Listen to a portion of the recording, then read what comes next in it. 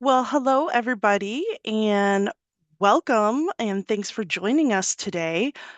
This presentation will be recorded, so if you could please mute yourself for the duration of the presentation, and then at the end, we'll have some questions and answer kind of session, so you can turn the volume up and speak at that point if you'd like. Also, if you're a bit shy and you want to turn your camera off, that's fine because we are recording it and you can turn it on later at the end. That works for me as well.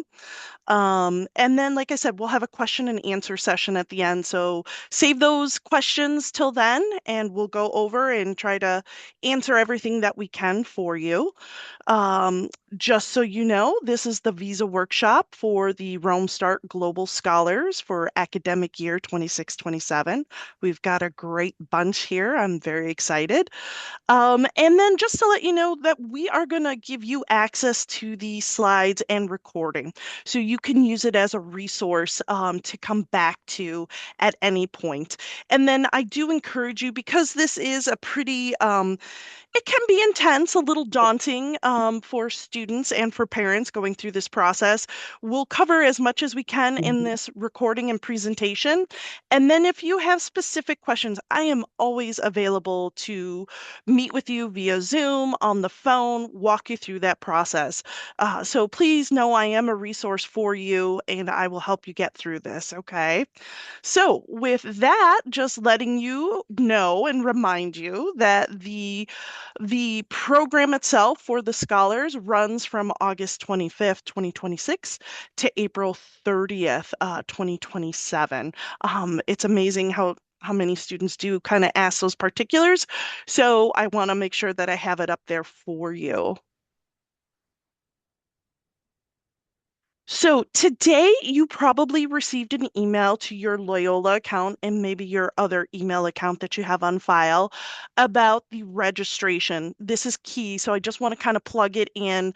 There is a private link that was sent to you either from Jen McQuady or Joe Serdar, who you have been working with for the Rome Start Scholar Program.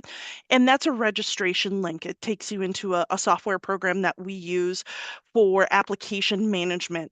It's important that you start that process. So I want to make sure, that's why I kind of highlighted at the beginning here.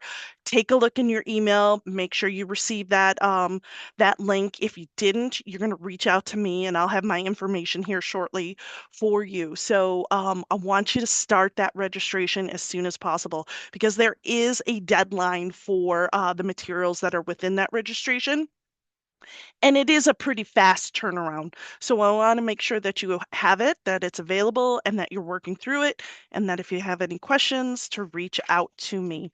At this point, I kind of show you just briefly what that will look like when you click on that link, making sure that you have to use your Loyola email account. So from this point forward, I really want you to get into the practice of checking that Loyola email account because that's where all the communication is going to be filtered, sent to.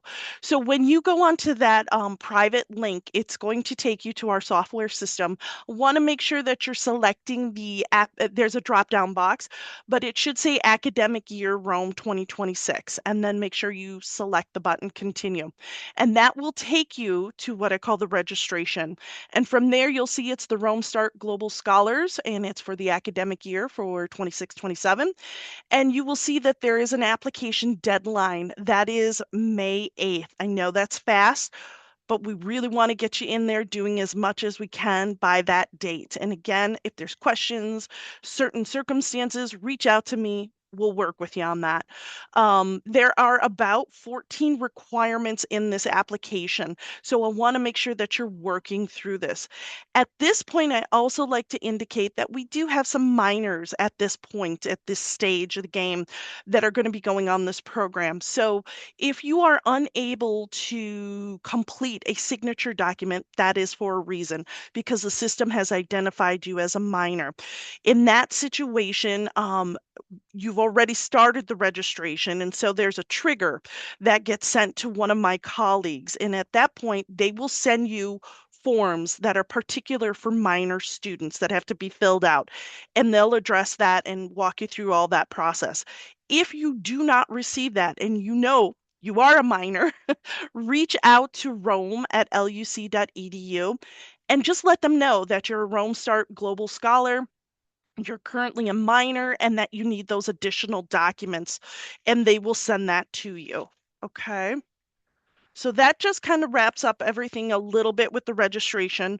I wanted to highlight it because I know it was just sent out by Jen and Joe today. And so again, feel free to reach out to me if you have questions regarding that application or slash registration. So let's get started. I want to let you know who you're working with. So staff introductions. This is important.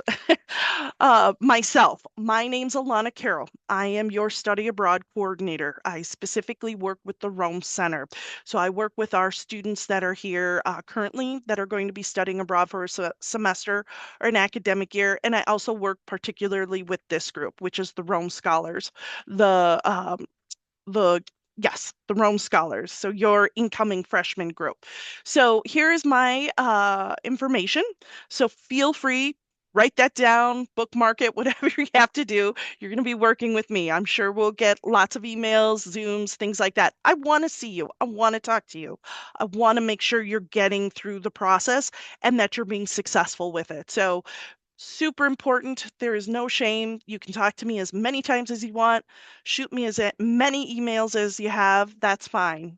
The other individuals that are in my office that you may or may not work with is one, Marley Stein. She's the director of study abroad. So you won't really work with her that much, but you might have some particular questions that may go outside my kind of wheelhouse and it may have to be directed to Marley. So I put her up here just so you have a reference. The other two individuals that you will be working with are Abby Linneman and Adam Schilling. They are our Rome Center Assistant Directors for Recruitment. So those are the two individuals that are going to be working with you if you are a minor on getting those additional documents put into the system. So if you have questions, you can email them directly, or we have a general email box that's rome@luc.edu. So you can certainly reach out to that email as well.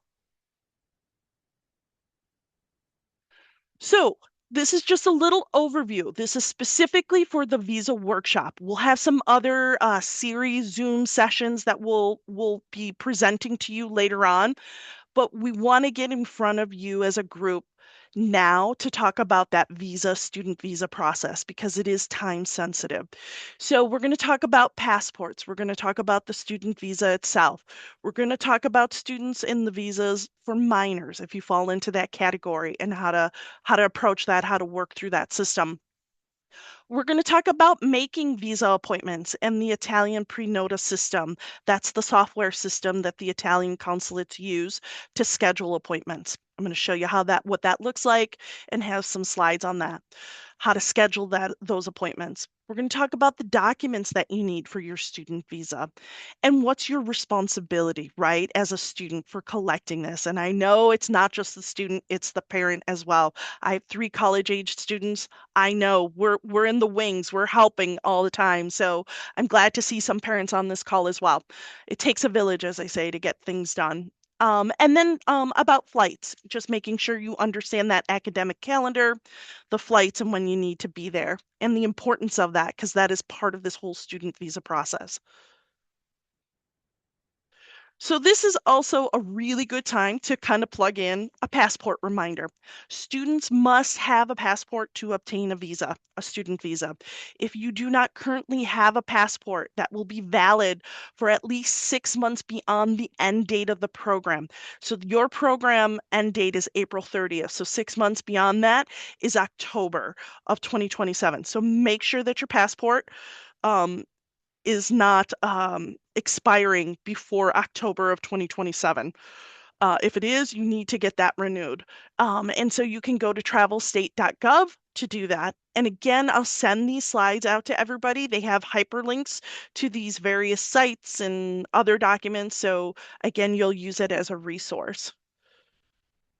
And The other thing that I like to say to students at this point regarding the passport, because in this process, you give your passport to the Italian consulate for processing. So you are without a passport. It's important to know that if you have any international travel plans, you're going to have to work around that or rearrange some of that. So I like to put that up front so you understand that. Especially with students, you all are going to be graduating and you may have a gift and you're traveling somewhere. We've got to work with that. You've got to understand the time sensitive piece of this and that you'll be without that passport. So we can talk further individually if needed regarding that and how to schedule that and how to work around that. And then in addition to that, some students, if you are traveling domestically, some students use a passport here and you need to have a real ID. So if you haven't obtained a real ID, I think it's important that you do so sooner versus later. That's just another form of identification when you're traveling via flights domestically, and that you're not relying on that passport because, again, it will be you'll be without it for a duration of time while the Italian consulate is processing your paperwork. So if I have any international students that are going to be going on this program, there's some unique things here. One, you have to certainly have a passport to obtain a visa. If you have a valid EU or Italian passport, you do not need to do a student visa. All you need to do is let me know and make sure that you upload that valid EU or Italian passport to your registration portal. And then you do not have to worry about having to go through the visa process. But if you are an international student that is not from Canada, the UK, or Japan, you will need to schedule an in-person appointment with an Italian consulate. Some of the consulates here in the United States allow a mail-in or a drop-off submission. But for those international students that do not fall into those three countries that I mentioned, you will have to do an in-person appointment. And again, if you have questions about this, if you're an international student, please make sure that you speak with me. We can do it on the side, email me, because I want to make sure that you're starting this process now, because you may have to reach out to a consulate or embassy in your home country to make sure that you can the timing of the processing of the application for you. So with the student visas, I like to say, and I probably mentioned it earlier, there are 9 Italian consulates throughout the United States and 1 embassy in the United States. You must use the consulate in which you have jurisdiction to. This is important. You cannot just kind of willy-nilly pick a consulate and say, oh, I'll go apply here. You have to be within their jurisdiction. And when I say that, those 9 consulates serve a certain number of states. So for the Chicago consulate, there's 11 different states. And later on, I have a list. It's a hyperlink to those consulates and their jurisdictions, and you can look at that. But what's really important here is that you, as incoming Loyola students, are all eligible for the Chicago consulate. And I highly encourage you to use that consulate. One, as I mentioned earlier, not all the consulates allow a mail in or a drop off, but Chicago does. And that serves all of you very well because you're coming from different states and such. Um, so again, the requirements will also vary by consulates, and so that can get a little niche for some of them. And so we're really familiar, obviously, with the Chicago one. So if I can do that shameless plug, push you towards Chicago, that's what I'm going to do. I'm not saying that you can't do another consulate. You can if you fall into that jurisdiction, but the burden gets a little heavier on you to look for those niche requirements. Of course, again, I'm a resource and I'll help you through that process, obviously, but we really want to guide you to that Chicago consulate. And if you're not going to use that, we want to make sure that you're reviewing that other consulate's website page thoroughly for their requirements. So on this slide, I have a lot of embedded hyperlinks to different links and forms, and this is all related to the Chicago Consulate. So again, you'll have this as a resource. You can go back to it, but it'll have the visa application form for long-term stay, 91 to 365 days. That is the visa application form that you all will be filling out. In addition to that, I provide a template. So I basically give you all the answers on how to fill that form out because it does look a little daunting. There's a lot of information on there. So I have a really nice template that you can look at when you're filling out the form. In addition to that, you may need to use what's called an affidavit of support for students, and I'll get into that a little bit later, but there are requirements with the consulate when you're applying for a student visa regarding proof of financial means. And so US students may not have that required amount of money. So you're going to heavily depend on mom, dad, or guardians for that. And so if they're providing the support, the documentation out of their bank statements and such, you're going to need an additional document, which is called an affidavit of support. And I'll explain a bit of that later on. If you are going to mail in your documents, or have the consulate mail it back to you, there's another form called Declaration for Mailing of a Passport. And this, again, is all related to the Chicago consulate. So keep that in mind as we go through this. You will need to fill that form out and include it in your packet. In addition to that, as I mentioned, if you are a minor and you are not turning 18, and we've got a handful of you that are minors and you're earlier on that timeline, meaning you're April or May, and that'll be a judgment call as to whether you want to wait till you turn 18 or if you just want to get this process done and involve your parents for those additional documents.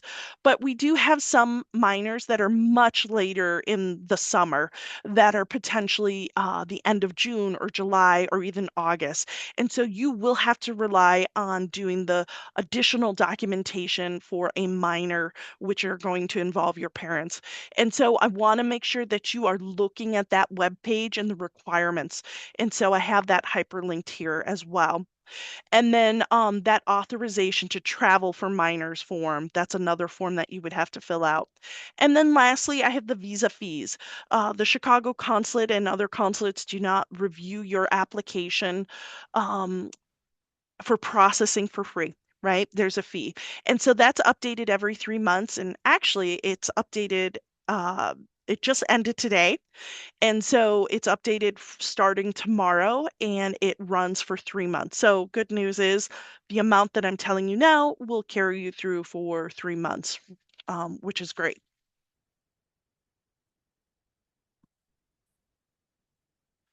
So for the student visas, as I've mentioned before, students without a valid Italian or European Union passport will need to acquire a student visa for that academic year 26-27.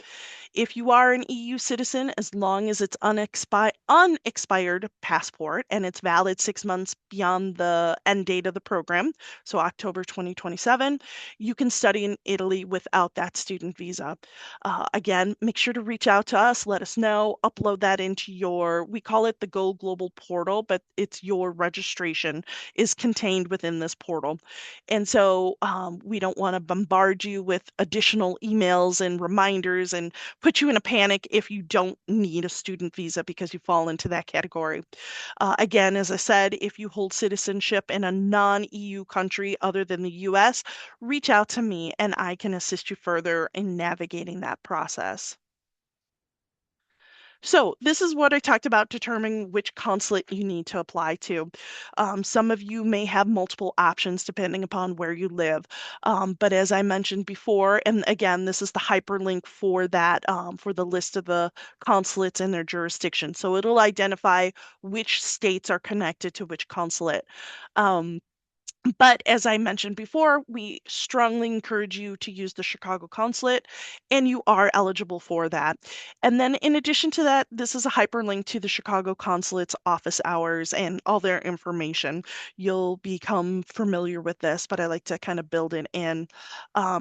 When I'm talking about the different consulates, these consulates are located in Boston, Chicago, Detroit, Houston, LA, Miami, New York, Philadelphia, San Francisco, and Washington, D.C. So those are your nine consulates and one embassy.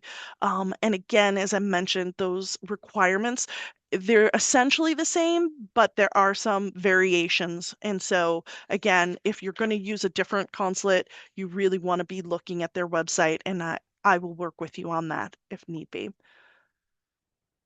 So, visa submission options, when you're going through this process there, and again, I'm referencing to Chicago, you can do an in-person interview at the Italian consulate, which would be in front of a visa officer. That's one option, submission option. Those are hard to obtain appointments for. So we're lucky that the Chicago office consulate also offers physical drop-offs that you can do, or a mail-in submission. With all three of these submission options, you do need to schedule an appointment. It's just from their management point of view, so they know what's coming in and when, so they can manage those things. And I'll talk about that in a little bit, how to begin that process of scheduling appointments. So I just want to make sure that you're aware of that. All right, moving on. So, scheduling your appointments. As I mentioned, you all are eligible for the Chicago one. You will need to register/create an account on Prenota at Me website. That's that Italian software program for scheduling. So you can start looking at that now. If by chance you are a minor, your parents will need to create that account. They won't allow you as a minor to create a Prenota account. So parents, just keep that in mind. You would create that account and you would schedule an appointment through that for your student. Appointments can be no earlier than 180 days and no later than 30 days before the start of the program. So that window opened up a long time ago. So our Loyola students that are here currently at the university have already gone through this process. It started back in February, which is great. Unfortunately, you as a group, you're much later to the process. Decision dates aren't until May 1st, though some of you have already committed, which is fantastic. So you can begin that process now if you want, gathering documents and such. And if, again, you need help or assistance, I'm here to do that with you. If you're having difficulties finding available appointments, I do know I just went on to the Chicago consulate's page through their pre-notice system, and there's plenty of opportunities for those mail-in or drop-in appointments. Those in-person appointments, you would have to travel to the consulate, and for some of you, if you're out of state, that's really not feasible to do. I mean, if you want to, you certainly can, but that is costly, and so you do have those other options, which are great, and I would encourage you to use those.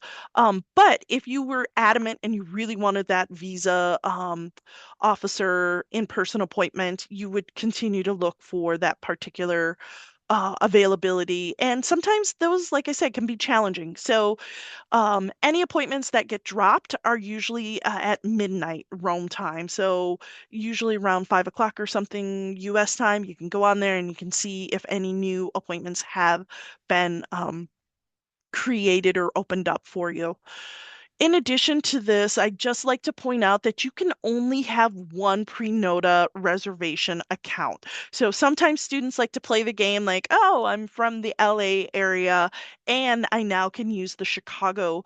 I'll create two. It won't allow you to do that. So you're going to have to delete one account and go into another. You certainly can kind of pivot between the two if you're looking for appointments and such. I don't discourage that, you can, but I just want to make you aware that you can only have one account with your information in it.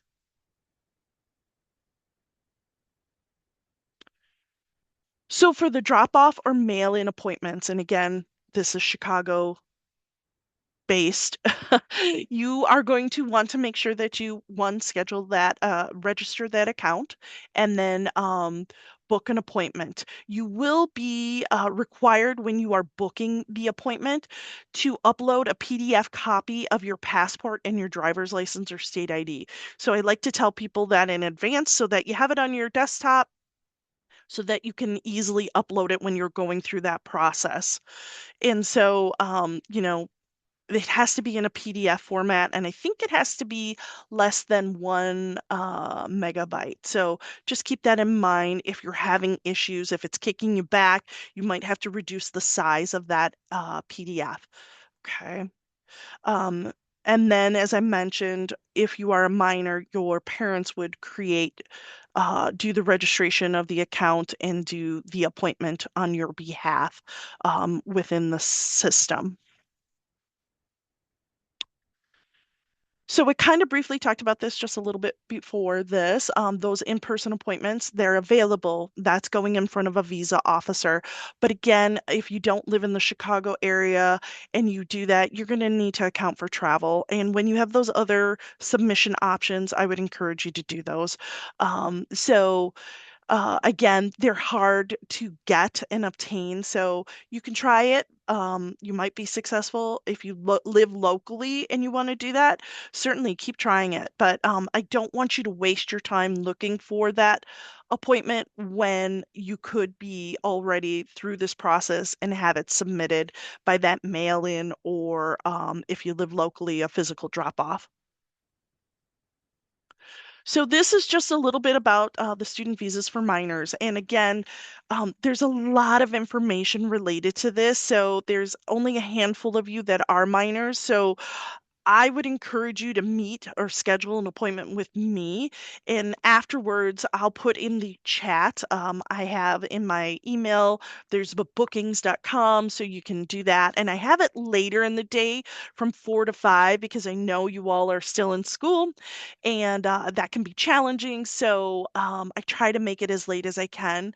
And we can work around that too. So, feel free again to reach out to me. I'm always there to see what I can fit in and how we can make it easier for you. But for those minors, you're going to have those additional documents that you have to supply. And so I won't read this verbatim, but they're listed here. There's copies of IDs of both parents. You're going to have to make sure that you have some documents that are notarized. The applicant's birth certificate, an original and a copy, or a notarized copy, I think they prefer. If you have foreign documents, they have to be translated into English and legalized in the US by the consular authorities, things like that. So take a look at this. Like I said, there's a small group of you, and I'm happy to, discuss this further or go through those steps if you fall into those categories. So when you go onto that Prenota software system, this is what it's going to look like. And so you're going to want to, one, register your account. So you'll select that button.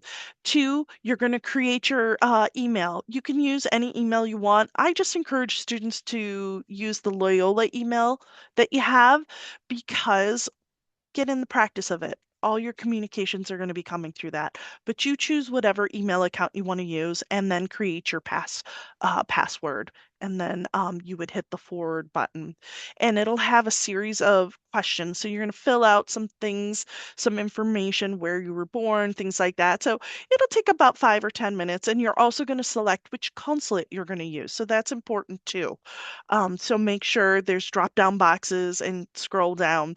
It'll ask for a phone number. Make sure that you're putting in the US country code if that is applicable for you, which most of you will be. But if we do have some international students, make sure you put the appropriate country code for the phone. Once you've completed that registration, you'll get an email from Prenota and they'll have you, just a confirmation that you created the account and they'll ask you to click on the link. You'll sign back in. And so you'll begin the process of booking an appointment. So you'll have at the top here, you'll have your consulate and it will say which consulate you're using. So if you registered for Chicago, it should say Chicago up there. If you registered for LA or San Francisco, then it should have it up there as well. But this will be the same looking page for all of them because it's the same software program. So you'll want to select the book tab here. And so when you do that, this again is strictly for Chicago. So when you do click on that tab, which is book, and also I like to point out this at the top right-hand corner, it has lots of different options for languages. So make sure that you select English unless you are you speak or read Italian. If you do, that's wonderful. But if you don't, make sure that you select English. A lot of students see that and then they start to panic and they're Google translating everything. There is an option in the upper right-hand corner to select your language that you want to read all the material in. Um, so when you hit book, you're going to see your options here provided by the embassy or the consulate. I've highlighted here, this is for the mail or drop off. Now, if you wanted that in-person appointment, you would select one of these other ones. This is appointments up until June 3rd. So you would select book there. But the majority of you are going to be using that mail in, if especially if you're out of town, or if you're local and you want to do that physical drop off, it applies in here as well. So you would select the button that says book. Once you've done that, it'll provide you with this next section here. And so you'll want to make sure that you select single. That would be for you. You would enter in your passport number. So I mentioned that earlier, so have that readily available. The reason is going to be studio, which is study. So make sure that you select that.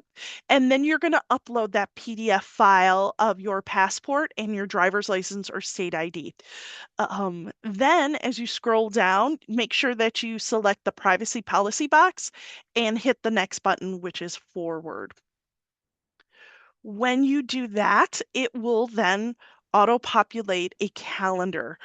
Again, this is in Italian, so it's a great way to kind of get a little familiar with the months and the days of the week.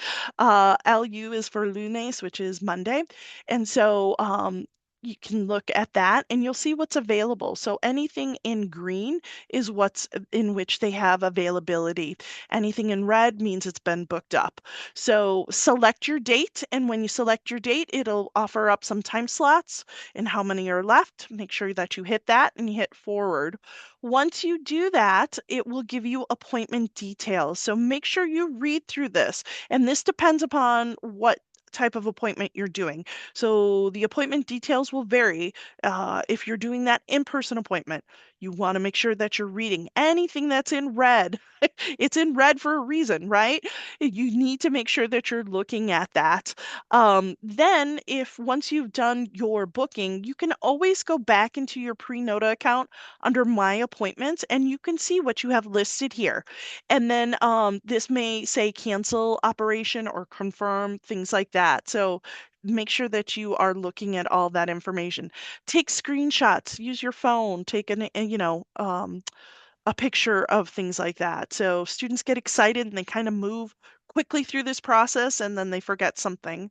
Um, this is if you are doing that mail or drop off. It'll give you again the green options and the times, and then it will have under My Appointments what you've confirmed and information here. So again, make sure you're taking the time reading through all of that information. So this is the important part. We kind of get to the meat of all of why we're building up to this and what you need to provide to them. So that was strictly just getting an account with Prenota and scheduling an appointment if you're using the Chicago consulate or any of the other consulates. Now, what do you need for that mail-in or that drop-off or that in-person appointment? The basic documents are all the same for the Italian consulates in the US. However, as I mentioned, there may be some varied requirements. So, we always want you to check the website for the Italian consulate through which you're applying for a complete list. Once you have all your various documents that we're going to go through here shortly assembled, you're going to bring them to either your in-person appointment or you're going to mail them off to the consulate, and I'll talk a little bit more about how that looks, or you're going to physically do the drop-off if you have an appointment for that. and you'll take that whole stack of documents and the application to the consulate.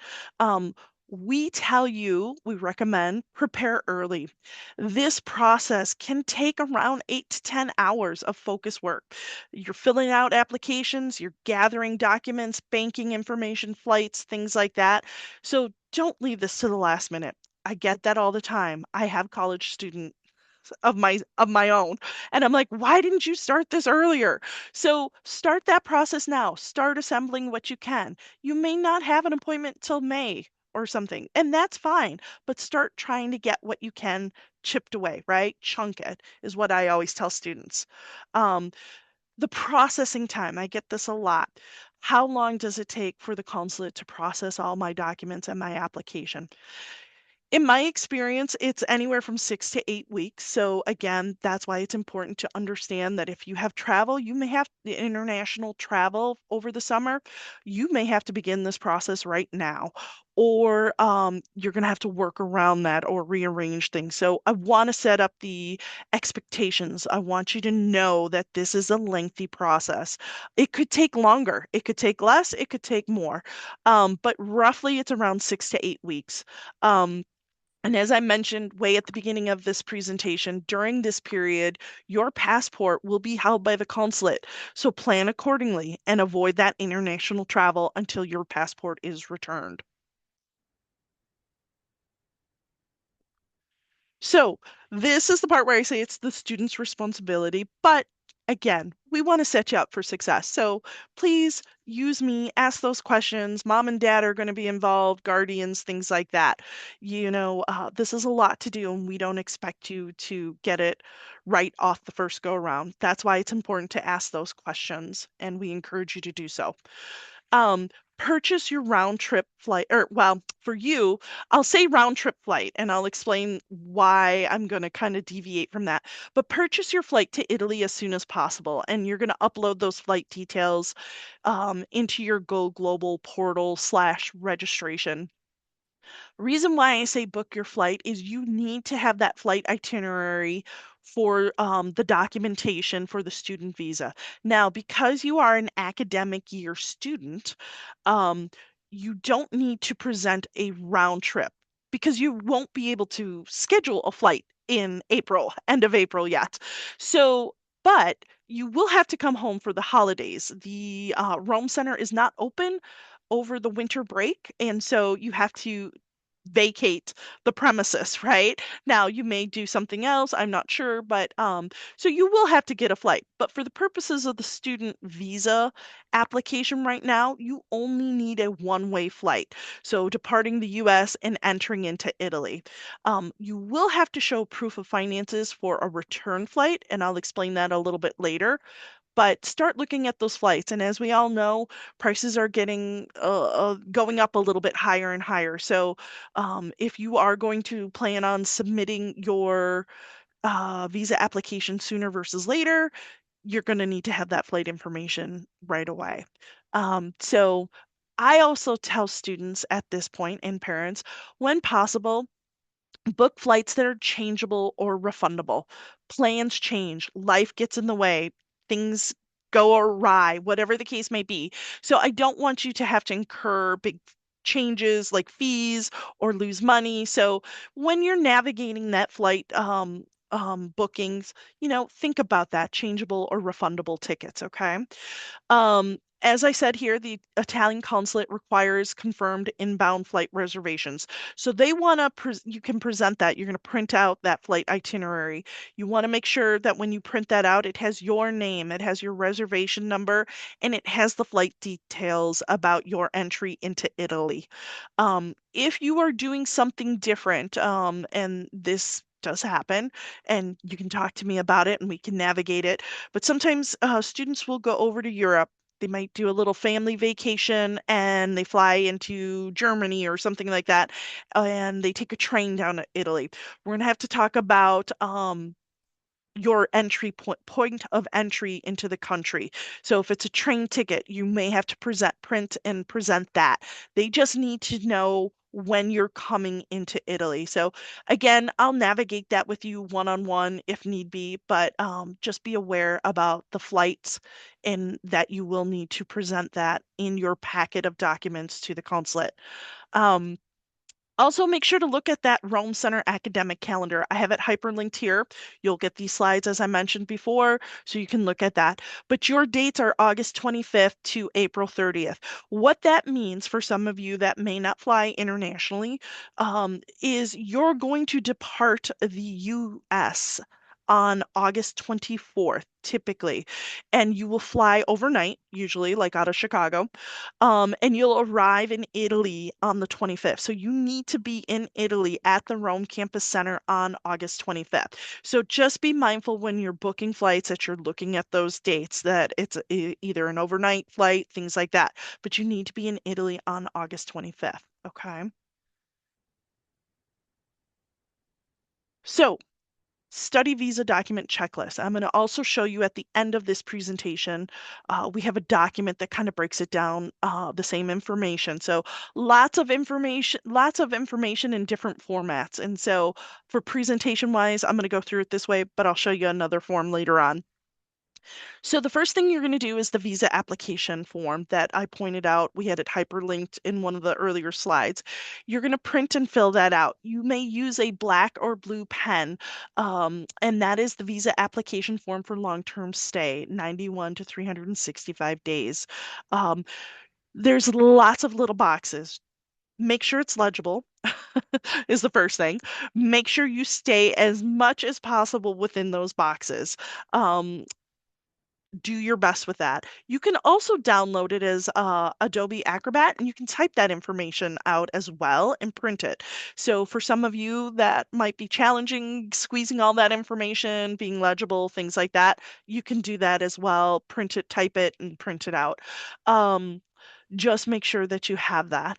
The second thing is you'll see when you look at that application in the upper right-hand corner on the first page, is a box and they need to have a passport size photo of you attached to it.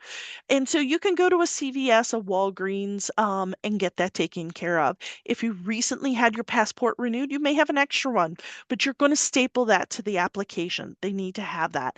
Do not take a picture off of your phone of your passport and print it out. That won't work. It has to be an official passport size photo. So that's something you can do early on, like I said, when we talk about chunking all these different tasks. The third one is the valid passport and one copy of your passport. So make sure that you have your valid passport and then make a copy of that. So top and bottom page, you'll need that. If you are a non-US citizen, you'll need an original and a copy of a permanent resident card or other US immigration documents allowing re-entry into the United States. Again, I can talk to you one-on-one if you fall into that category. The next one is a copy of your driver's license or state ID, front and back of the driver's license or state ID. This determines eligibility to apply for a visa at a particular consulate. Now, this is where I get questions from students that say, well, what if I live in California, but I'm planning on using the Chicago consulate because you encouraged me to do so. That's okay. Still make a copy of that driver's license from California. The letters that I'm going to talk about next are on our Loyola letterhead, and that is proof that you are a student and you've been accepted to the program. So that's sufficient enough to show that you have jurisdiction to the Chicago consulate. So make sure you do that driver's license or state ID, a copy of that, not originals. Do not give them originals. I've had that question too. They're like, should I ship my original driver's license? No, we want a copy of it. So the next one is the study abroad insurance and acceptance letter. That is organized through Loyola. It's organized through me. So the important thing is, as I mentioned, I need you to get into that registration portal, that email that you just received today from Jen or Joe, and start that process. Because once you do that, it's showing me you're in there and I'm running reports and I'm running letters and insurance letters and things like that. What's really important with that is of those 14 requirements that I talked about earlier, I alluded to, there's one that indicates your shipping address. I need to know where to ship these letters to. So make sure that's a priority when you're doing that registration, and also which consulate you're using. It's going to default to Chicago on all my letters. So if you are planning on using a different consulate that you have jurisdiction to, I need you to make sure that you fill that out on your registration portal so that I'm aware and I can adjust those letters. So these letters that I'm talking about here, the insurance and the acceptance letters, these are needed in this whole document checklist of items that you're going to give to the consulate. The acceptance letter is showing that you're going, that we've accepted you and you're going on the program. The insurance letter, that is mandatory. All of you will be enrolled in our international health insurance program. We will talk more about that in another Zoom series session that'll be our pre-departure orientation.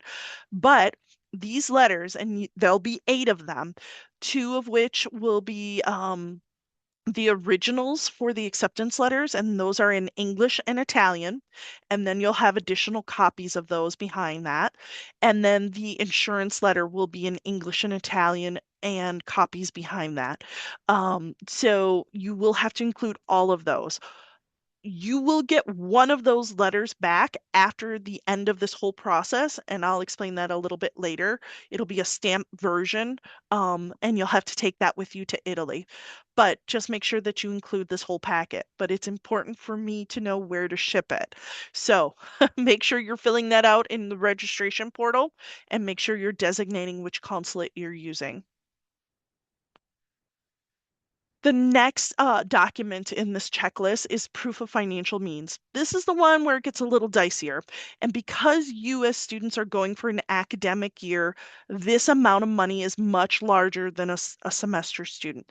So the best way to describe this is that the Italian government needs to know that you have access to funds for the duration of time in which you will be in Italy. And they want to have proof of that.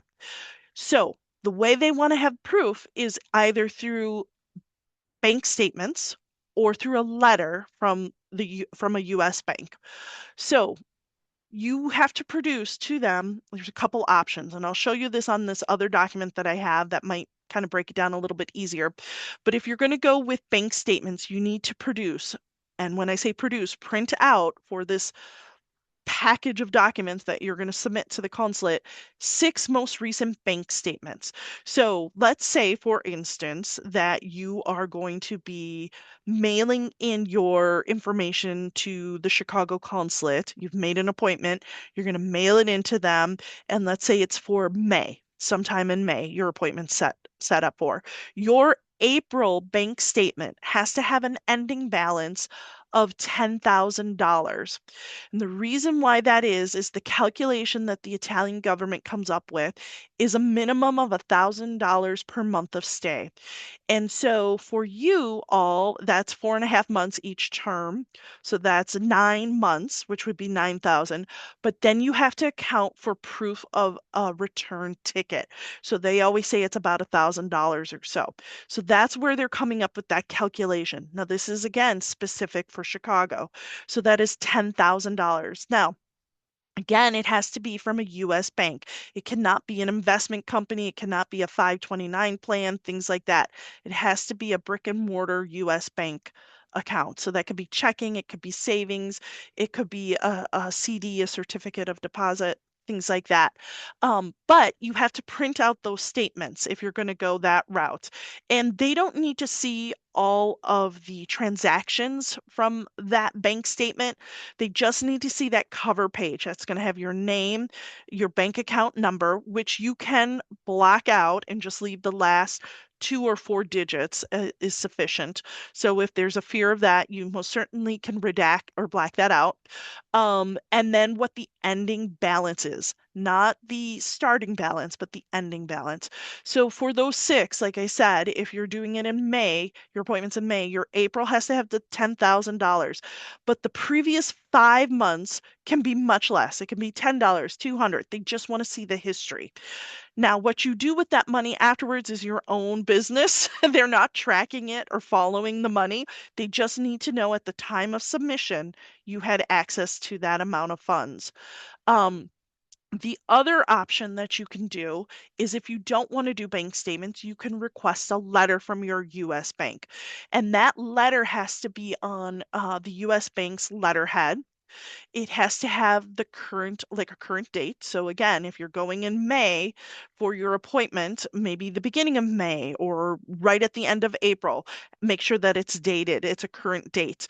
And that it states what the current ending balance is for that account, and that it also states in a sentence the average balance for the last 6 months. And then lastly, you have to make sure that that letter is signed by a bank official. Now, it can be a wet signature, which would be ideal, but if it's not, it can be an electronic signature. So in that signature block on that letter, there has to be a signature listed, okay? Some banks get a little funky with that and they don't like to do that. So you just have to be explicit in what is needed if you're going to go the bank letter route. One thing that I do want to state here is this is a lot of money, and some students may not have that in their specific bank account if the student has a bank account. If you don't, you're going to have to rely on your parents or guardians. And so your parents or guardians are going to have to produce option A or B, the recent bank statements or the letter. In addition to that, they will have to do what we call an affidavit of support, and that form has to be notarized. So your signature as a parent or guardian for that student, you're going to fill out that form.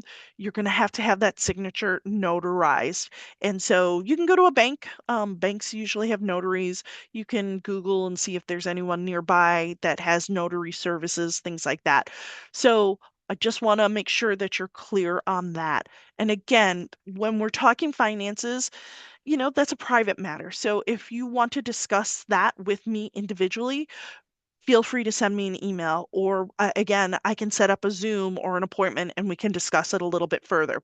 But I do want to make sure that you are aware of what that amount is, and that is strictly because it is for an academic year. If you are receiving financial aid, um, you can request from LU Fin Aid at luc.edu a letter. It's called a financial aid award letter. And if that amount is equal or above to $10,000, then all you have to do is print out the financial aid award letter. You don't have to worry about the bank statements or a letter. So everybody's financial aid package is different, and I do not handle or work with those. So you will have to request that through LUFinaid at luc.edu. But again, if that amount of aid is equal or above $10,000, that is sufficient evidence for your proof of finances. You do not have to do the other things. And you most certainly have to have a FAFSA on file. So this is for the academic year 26-27. So reach out to them if you have questions about your financial aid package and how to request a financial aid award letter if you are wanting to use that. This is where I mentioned if the student does not have funds because they're supported by their parents, one or both parents must submit an affidavit of support along with their bank statement. So all that information here that we just talked about. The next item in the checklist is the confirmed flight to Italy. So as I mentioned earlier in the presentation, you will need to print out that flight itinerary. Um, so that they see when you're coming into their country. And then, as I mentioned, proof of another ticket to return at the end of the program, and that's why that gets bumped up to 10,000. We have that $1,000 built into that amount, or the Italian government has that built into the required amount so that it's for a ticket for return. All right. So wrapping up some of the documents here. I know it's a lot. That's why I said it takes 8 to 10 hours to compile all this. And again, I'm a resource if you have questions through this process. As I mentioned earlier, perhaps the Italian consulate does not process all this for free. They would like to be paid for their application review. And so they are a little old-fashioned in the sense that they require a money order or a cashier's check for processing, for a visa processing fee. And that needs to be made payable to the Consulate General of Italy in Chicago. And again, remember, as I've been saying throughout this whole presentation, the things I'm talking about, checklist things, are all pertinent to Chicago. If you're going to use a different consulate, you want to make sure you're looking at their website, and let me know and I'll walk you through and help you and we'll get that together. But getting back to the money order or cashier's check, you can obtain those at a bank. You can obtain them at like a currency exchange, a post office, a U.S. post office will also um, do a money order. It's guaranteed funds. So, like I said, the consulate's old-fashioned. They don't do Zelle, they don't do credit card, debit, none of that. Cash. They don't even do cash. So they need to be paid via money order or cashier's check. And then as of 4/1, starting tomorrow, that amount for that visa processing fee for Chicago is $58.60. And so you can check that on their website under a tab called Counselor Fee. You certainly can take a look there, but I know this is good for 3 months. So I was fortunate enough with the timing that I was able to get that up onto the slide right away. And then, like I mentioned, that confirmed flight to Italy, print out that full that itinerary, that one-way ticket. And then if you are going to be mailing in your documents and you are asking the consulate to mail it back to you, one, you're going to need to get a prepaid self-addressed trackable envelope to ship all the documents to the consulate. But in addition to that, you're going to need to provide them a prepaid return envelope. They will not pay for it. They will not address it. They won't do anything. So you have to do all the legwork and have it in that packet for them so that when they're done processing and they've approved you, they're just going to throw your passport, which has your student visa sticker inside, into the envelope along with one of those stamped acceptance letters. And they're just going to rip off the tab and send it out. So we encourage you to use FedEx or UPS. Do not use United States Postal Service. I am not trying to throw any shade on them, but there is a tendency for passports to get lost or stolen. Um, we've had that happen quite a bit, and with the USPS, and so I just encourage you to use FedEx and UPS. And actually, the consulate does not accept USPS. They only accept FedEx or UPS. So just making sure that's very clear to you. So if you are not able to collect that passport in person, which most of you are from out of state, you're not going to be able to do that. You need to make sure that you provide them that prepaid return envelope. And you need to make sure that it's trackable. You need to know and take a picture of that tracking number so you can check the website to see when it's en route back to you. I also have slides on how to do a prepaid envelope through FedEx. They seem to be the easiest. And so I'll guide you to that resource as well at the end here. And then if you are going to be submitting your documents and your application via mail, you want to make sure that you fill out this form. It's a declaration for mailing passports form. The consulate will not even look at your documents or your application if that is not included.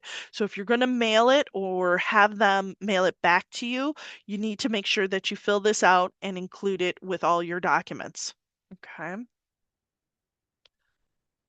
So, important reminders. As I said, they do not accept cash, Venmo, Zelle. Make sure you're using a money order or cashier's check. When you're on that counselor fee tab that I hyperlinked here, it's the very last item. It's a document. It's it's a table, and it's all in Italian. And unfortunately, this is the only document on their webpage that does not translate to English. So it can be very confusing and daunting to us, to you as an individual student or parent.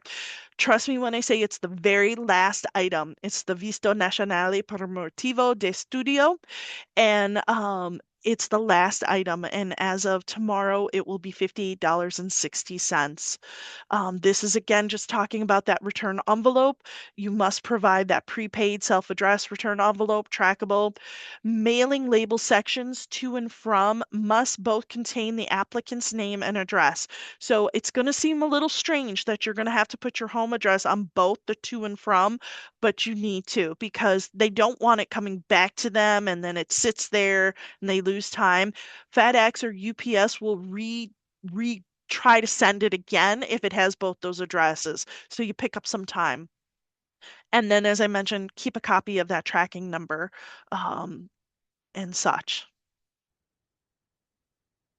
So, money order. I did want to show this a lot, and I have this because I work a lot with the current students here at Loyola, and they're not familiar what a money order is, nor do I expect any of your students right now, you knowing what a money order is. So I like to kind of give a visual aid so you can see it. This is a money order from the United States Postal Service. So this is what you would fill out. You can use this as a guide. It may look different if you're going through a bank and it's a cashier's check, but essentially it's the same. As I said, it's guaranteed funds. And so you're going to fill it out, follow the requirements per which sample you're going to use if it's a money order or cashier's check. Make sure it's Consulate General of Italy in, and then you'd put the consulate. So for the majority of you, hopefully it'll be Chicago. So you'll put Consulate General of Italy in Chicago. If it's a different consulate, then you would put their name. You'd put their address, their zip code. In the memo field, put Italian visa fee, and then you would put your information here. Do not alter the money order. If you have it wrong, do not white it out or redact it, things like that, scratch it out. It renders it unacceptable. So make sure you're very careful when you're filling that out. And then just kind of, again, just wrapping up here, Consulate General of Italy in Chicago. This is where they're located, 500 North Michigan Avenue, Suite 1850. Here are some important links related to the Consulate General in Chicago. So that's always helpful to have. And then the visa application and document review. I'm here to review those documents. So if you're going through this process and you're just like, I need another set of eyes to look at what we have and to make sure, that everything's in order, that's where I come into place. I know I can't physically see them, but we make it work out on Zoom or however we need to do that. So know that I'm here to help you. So set up an appointment. As Loyola students, incoming students, you should have access to Navigate, which is a software system that Loyola uses. If that doesn't work out, reach out to me, email. We can set it up via Zoom or the bookings that I talk about here. So these are all hyperlinks as well. And then if you're local and you're in the area, I'm happy to meet with you in person. By all means, I'm in the Sullivan Center in Suite 206 up on the second floor. So if you're local, you're in town, something like that, reach out to me. Glad to meet. I'd love to meet you, and I'd love to go over any questions or documents that you might have. And then just one other thing I'd like to say before we get into any questions and such is just know that, as I mentioned earlier, we're going to have what's called a pre-departure orientation session. It'll be another Zoom. And so that you'll get communications on that. And that will be held on May 7th from 5:15 to 6:30. And it'll be via Zoom like this, where we'll go over health, safety, things, what to pack, medications, things like that. So no more information is going to be flowing and coming your way. That's why it's important, and we encourage you to start looking at that Loyola email account on a regular basis because that's how we do our communication going forward. Um, Again, get into that registration portal that you just received the link for. It's private, so make sure that you click on that. If you're having challenges, email me. I can send you the link. We just want to get you in that system and start working on those requirements so that I can get you the letters and we can start that communication line for you to successfully submit your materials to the consulate. So I've done a lot of talking here, and I'm sorry.